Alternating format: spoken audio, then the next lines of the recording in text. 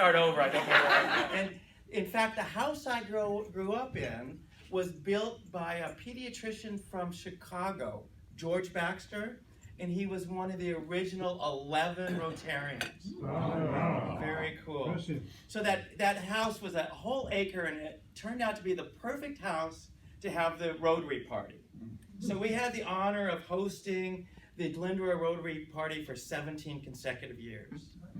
So I swept, I raked, I hosed some more, I cleaned the pool, I cleaned toilets for 17 years. I didn't really like those Rotary parties that much. I was like a 33-year-old Jack LaLanne. So afterward, I would go to Charlie Brown's restaurant. You remember Charlie Brown's restaurant? Oh, yes. Yeah, they had, but I did love Rotary. Today, you guys are gonna have a clear understanding that as much as 95% of all illnesses are due to lifestyle and diet. You're gonna have the concept of how it happens, or how this has occurred. And most importantly, you're gonna have specific tools on how you can cure that, you can read. Now you might be thinking, dang, David looks good for 63. And you'd be right. You see, I have a whole food plant-based diet, I practice yoga, and my girlfriend never, and I mean never, has a headache. Giving and receiving love is important to your health.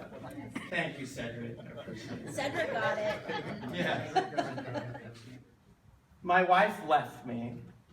In fact, the last thing she said, Kenneth, is, I don't want somebody who's sick. Raw for another week. She said, David, you're going to have a healing crisis. And this is something for all of you. If you ever try to detox, no, poisons are coming out. You're going to feel lousy. I like it too. So, the Gatorade. And if I like really work out, I'd probably drink the whole thing. 13 teaspoons of sugar. Cardboard might be a good. So what do you do to fix it? Sugar. Exactly. But it could be applicable for anything, particularly diabetes, cancer, and heart disease. Some kind of healing work. Well, she walked up to me one day and she said, David, I know that something's going on down there. And I know it's been going on a long time. Why don't you find some foods maybe that you should eat and a few foods you shouldn't eat and see how it goes? And then a few months later, she said, David, why don't you get a nutritionist? So this is representing our bodies. And you know, we change the oil in our car every 4,000 miles, 5 at the most. We never detox our bodies. I didn't know to do that. And so we're just going to accumulate more and more toxins, and it's going to get worse and worse and worse. So I came up with something for you, and I'm going to give you this exactly how I did it. But let's say we go on Mondays, and we go meatless Mondays. And maybe we're going to clean ourselves up a little bit. And then maybe on Tuesdays, we're going to go detox Tuesdays. Right?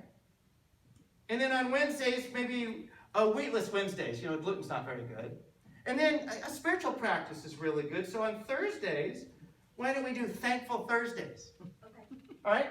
And then something that really has helped me a lot lately is fermented foods. So we're going to do fermented foods on Friday. We're going to take a sauna, make it sauna Saturday, and maybe sugarless Sunday.